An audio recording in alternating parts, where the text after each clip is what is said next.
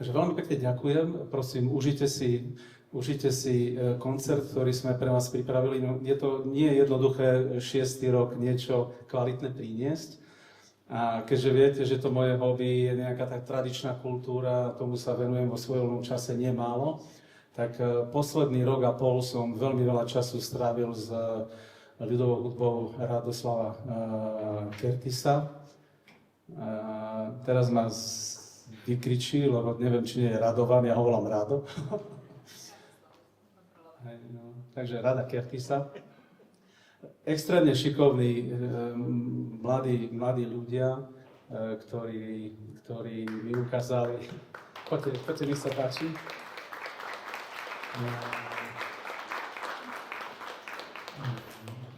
Veľa ľudovej krásy a zároveň musím povedať, že robia aj také veľa pionierskej práce, kedy sa aj na vedeckej úrovni venujú nachádzaním nových, takmer zabudnutých vecí a dokumentujú to a v podstate do určitej miery títo nadšenci súpujú štát.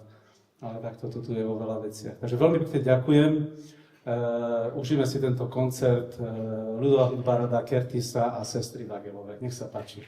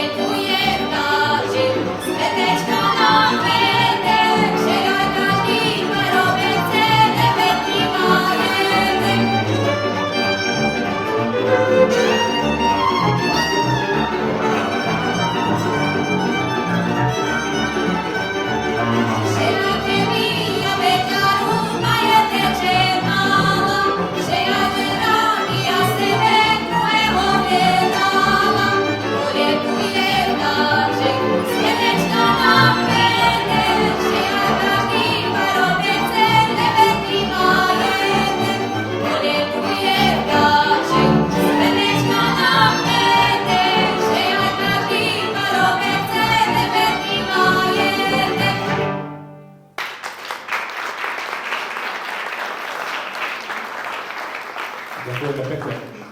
Pardon. Dobrý večer ešte raz za nás. Ďakujeme Rudovi za milé uvítanie. Sme veľmi radi, že tu dnes môžeme byť a spríjemniť vám tento krásny večer.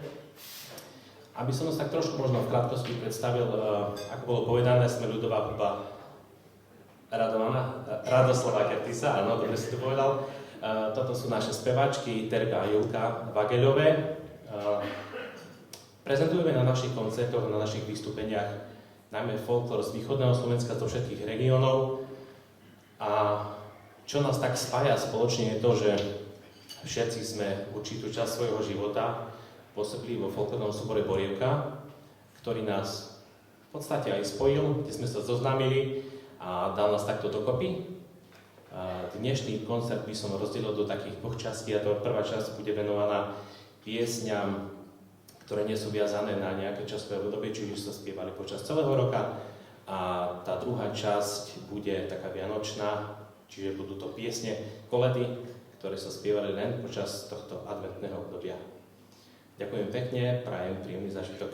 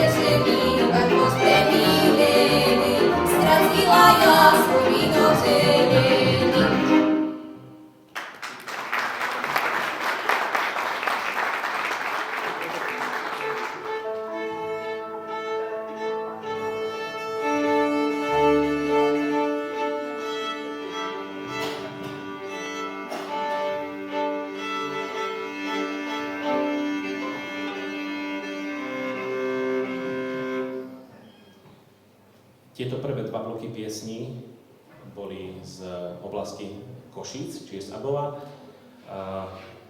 Ako som povedal, radi prezentujeme folklór východoslovenský, čiže zo všetkých týchto oblastí, ako je Šariš, Zemplín, Abov, Spiš.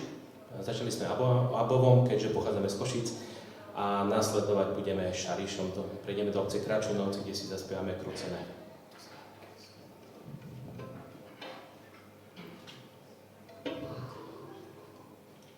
V hlibokej dolíne pasolia koňa prišla melóda pred sprajníka moja. Jako na vec patrela černoručka ranená, vtedy še ma milá i neohľadla.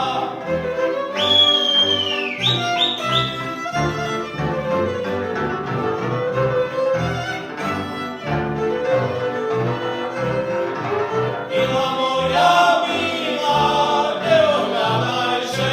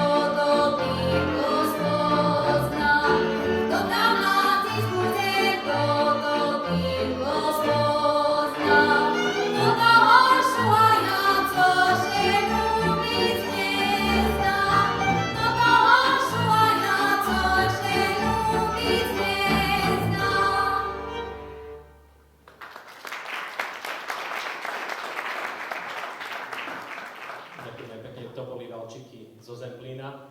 A v ďalšom čísle sa presunieme na Šariš, do obce Krivany. Folkloristi určite vedia, že to je taká veľmi významná folklórna obec. Pôsobil tam jeden významný človek, zberateľ, Jan Lazorík. A nám sa ich hudba a piesne veľmi zapáčili, lebo priznám sa, že bolo to také trošku neobjavené. Veľmi sa to nehrávalo, veľmi sa to nespievalo. My sme sa to trošku tomu povenovali a dali sme niečo dokopy.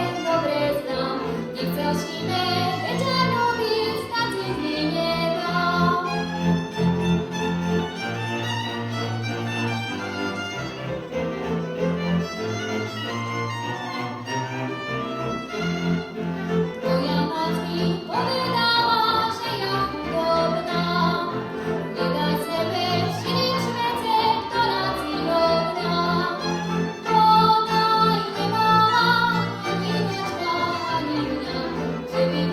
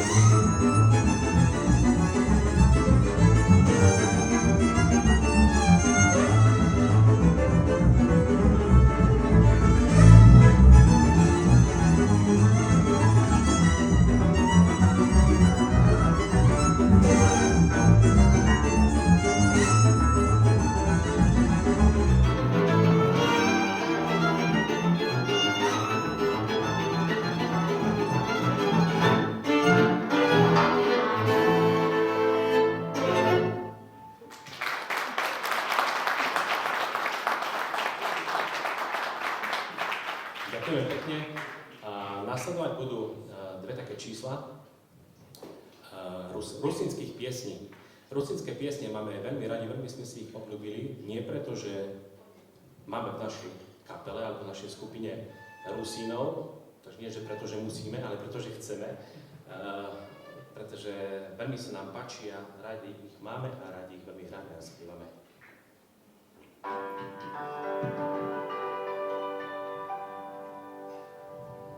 Čia to dolina,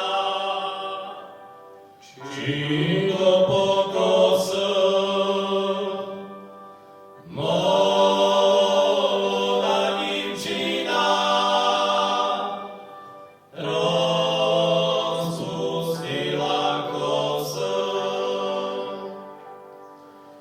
Molodá divčina, rozpustila kos.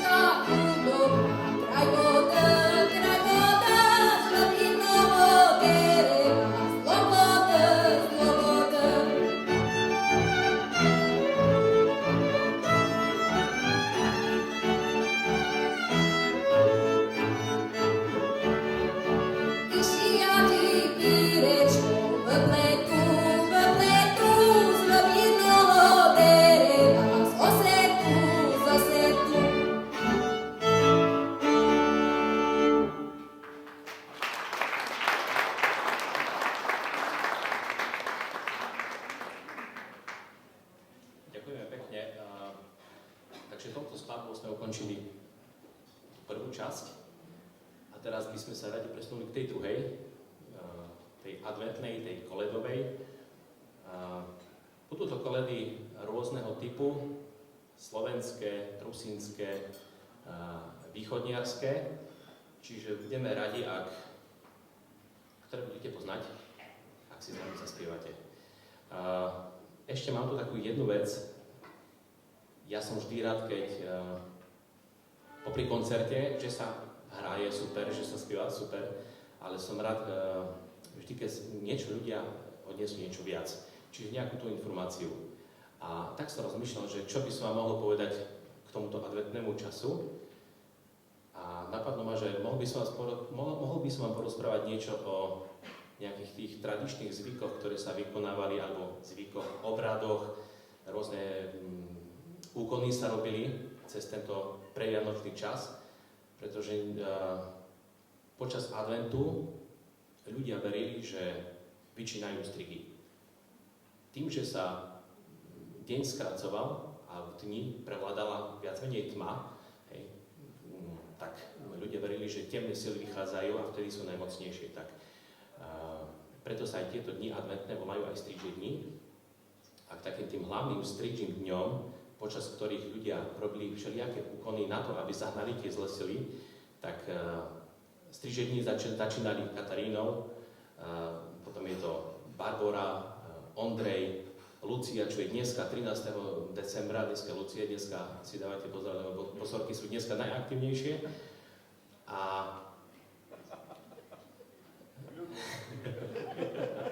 pozor, hej. Tak v krátkosti by som povedal k jednotlivým tým dňom, pretože na každý deň sa vezali nejaké tie pranostiky, nejaké tie úkony, ktoré sa robili. Tak začal by som Katarínou, každý vie, že katarínske zabavy, to boli tie posledné zabavy pred adventom, lenže na Katarínu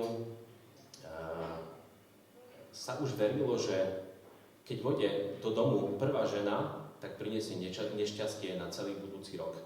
Toto v podstate s tou ženou, že prvá nesmela vojsť do príbytku, ako prvá. Keď prišiel prvý muž a po ňom žena, tak už je to v poriadku, ale prvá nemohla vojsť žena, pretože verili, že tá žena môže priniesť nešťastie, pretože môže to byť skrytá bosorka. Ľudia napríklad verili, že skryté bosorky môžu byť aj v zvieratách, najmä v mačkách, čiernych mačkách, a snažili sa im poškodiť takým spôsobom, že čierna mačka preklzla niekde, kde bol dobytok, a zobral kráva mlieko, ktoré bolo v tej dobe určite takým hlavným zdrojom obživy. Takže sa snažili všetky tie skulinky maličké vo vrátach, v dverách všetko zatiesniť, aby tam nikto nevošiel, a všade rozvešali cesnak. Na Katarínu, ako som spomínal, sa robili ešte také srandy, že mladenci zvešavali vrátka, kapurky s pántou a ich menili za susedov. Susedov dali tu, ráno vyšiel gazda, všetko je poprehadzované, dokonca niektorí, ktorí boli šikovnejší, to robili tak, že rozobrali voz a poskladali ho na streche tretieho domu od nich. Hej, čiže museli potom na druhý deň gazdovia zo strechy dávať dole tie vozy, a to bola taká srandička. Ďalším dňom je Barbora, to je 30. novembra. Na Barboru takisto nesmela vojsť žena prvá do príbytku. V ten deň sa nešilo, ani sa neparalo, lebo sa verilo, že sa bude tak ako s ihlou picháte, takže sa bude píchať dobytok, takže sa pozabíja navzájom. A čo robili dievčatá, tak odrezali halusku, vložili ju do vázy a od Barbory až na Viliu, čiže do 24. polievali ten prútik vodou z potoku, ktorú doniesli v ústach. A keď im do Vilie, čiže do 24. vykvitol, tak to znamenalo, že sa dievča vydá. Čiže aj takéto veci sa robili. Teraz zaspievame niečo a potom povieme ešte k tým ďalším dňom.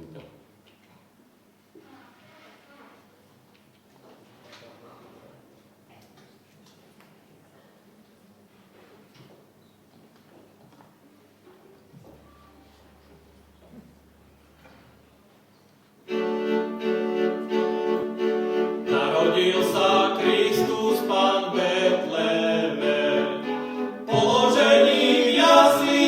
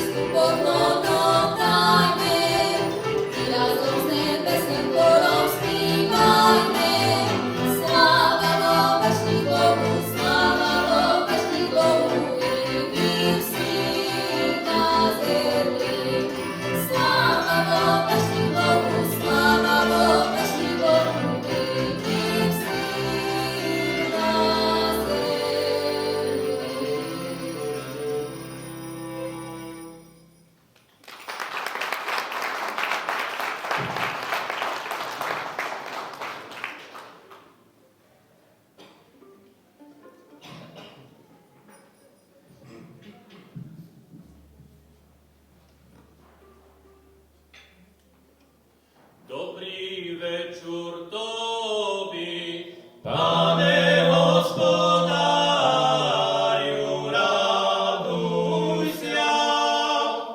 Oj, raduj sa, zemle, Syn Božej, narodil sa. Oj, raduj sa, zemle, Syn Božej, narodil sa.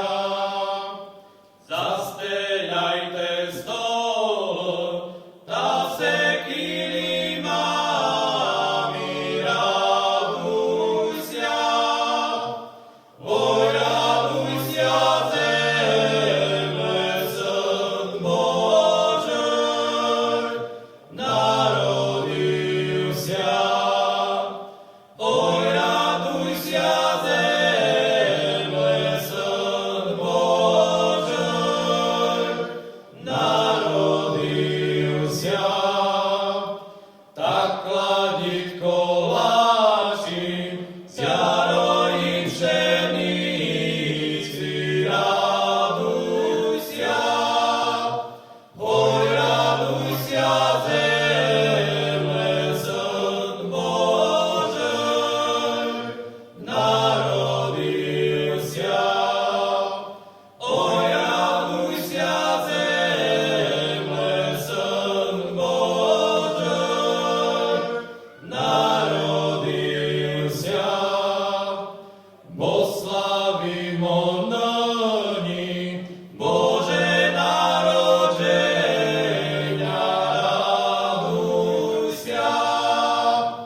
Oj, raduj sa, zemle, Syn Božej, narodil sa.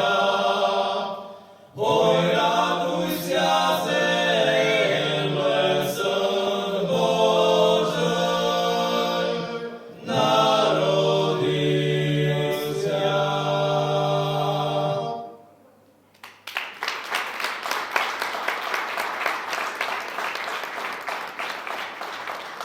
Ďakujeme pekne.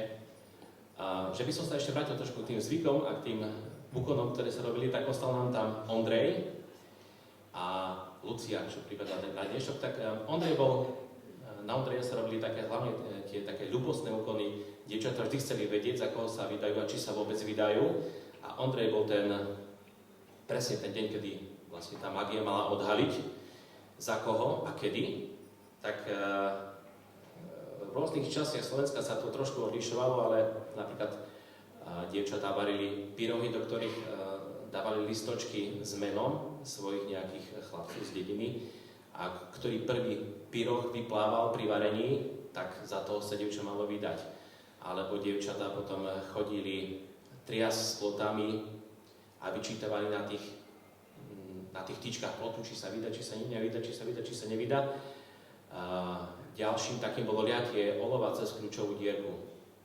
Dievčatá rozstavili olovo cez kľúčovú dierku na tej hlavičke kľúča, vyliali a keď to schladlo vo vode, tak pozerali, že čo to môže byť, na čo sa to podobá, či je tam kováč, alebo keď tam napríklad bolo nejaký tvar truhly, tak to znamenalo, že dievča zomrie napríklad. ale neviem, či také sa dá čo podarí uliať, jak druhu. Či to bol Ondrej, taký ľubostný, a Lucie, čo je dneska, Bosorky najväčšiu moc majú dnes. A v dnešok dievčata sa prezlikali za Lucie, obliekali sa do takého bieleho plášťa, mali zahalené vlasy, aj šatku cez tvár čisto bielu. V rukách mali husacie krydielko a chodili po rôznych domoch v dedine a akože s tými krydielkami husacími očisťovali ten dom od zlých duchov, od zlých energií. To bola jedna časť a druhá akože časť toho, alebo respektíve význam toho bol taký, že dievča mohlo len v ten jediný deň ísť pozrieť do domu svojho nejakého frajera vysnívaného, že ako si tam žije. Lebo inakšie by dievčatá sa tam akože nedostali, až keď by sa vydali za neho. Kedy, ak nie? Hej. Ale v ten deň mali prezrečené zatiaľ ľudský, pod tou zamienkou, že vyháňa tých zlých duchov, tie zlé energie, tak pozreli sa, že či má všetko popratané a v akom bohatstve žije. A čo robili mladenci? Vyrezávali Lucín stolček. To si určite možno mnohí počuli. Od Lucie do Vianoc sa mal vystružlikať stolček. Nesmiel byť použitý žiadny klinec. Každý deň sa muselo niečo z toho stolčeka urobiť. Či nemuselo to urobiť v jeden deň, rozložiť robotu až do Vianoc. A na polnočnej omši, keď si ten chlapec na ten stolček vystúpil za oltárom, mal uvidieť Bosorky. Takže neviem, či sa to niekedy dialo, ale podľa mňa asi nie. Ale je to pekná povera. A dneska, kto si tu stružlíka stolček, tu máte stoličky parádne, kto by stružlíkal, ne? Takže užite si aj dnešný deň. Pozor na Bosorky.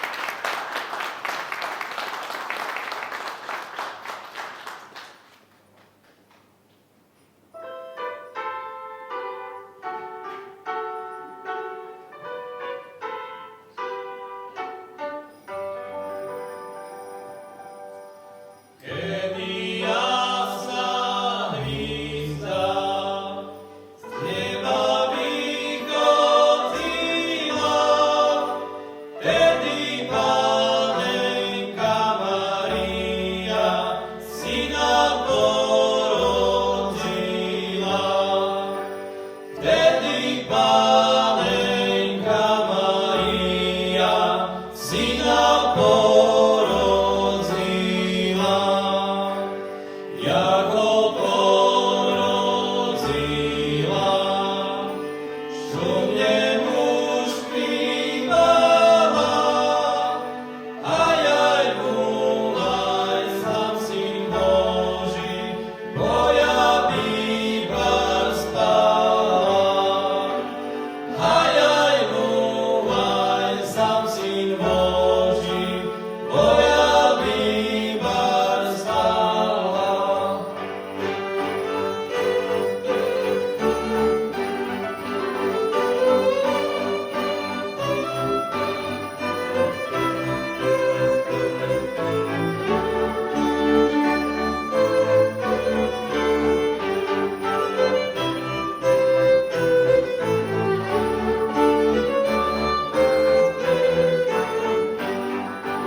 Počekajte, mamko, len jednu hodinu, pokiaľ ja vám neprinesem Izraja perinu.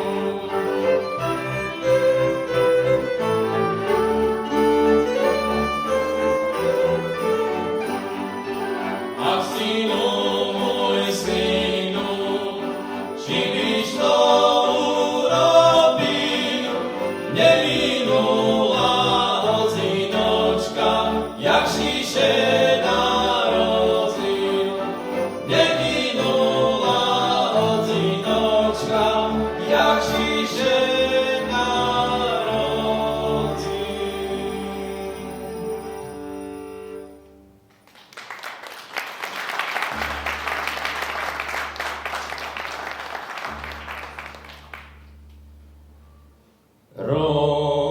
Roždestvo Tvoje, Kriste Bože náš, Božia mirovi svita zúhla, nepozri tam služaši zvizdoju čakusia.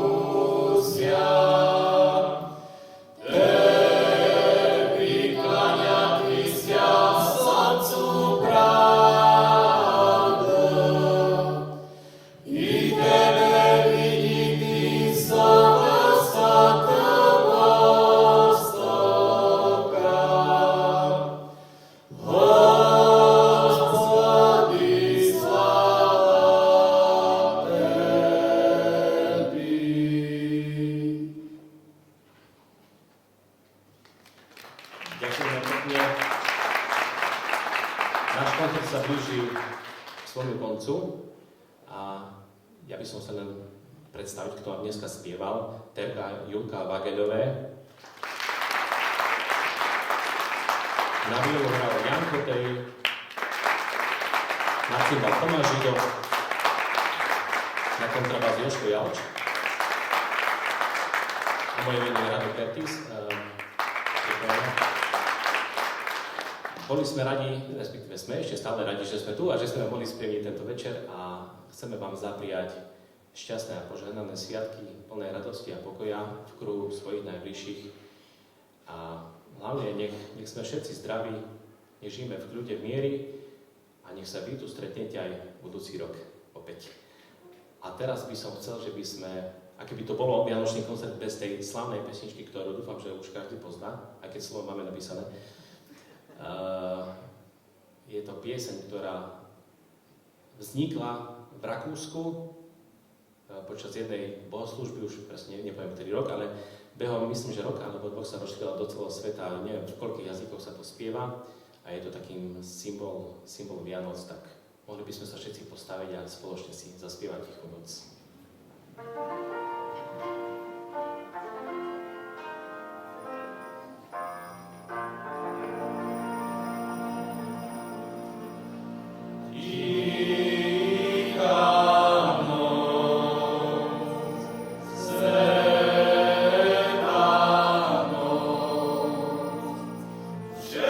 Všetko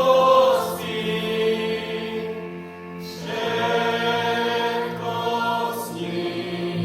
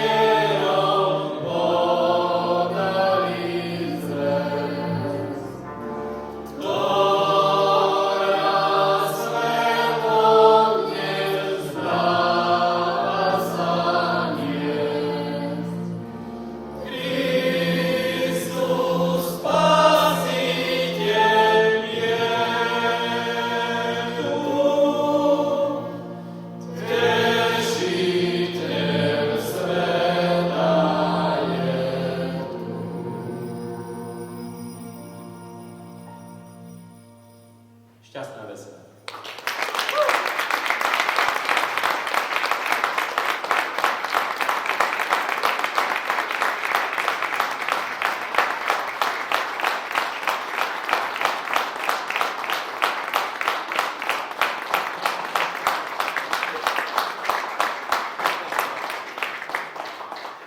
Ja neviem, čo pekne povedať, aby som mi to nepokázil tu a nám hlavne.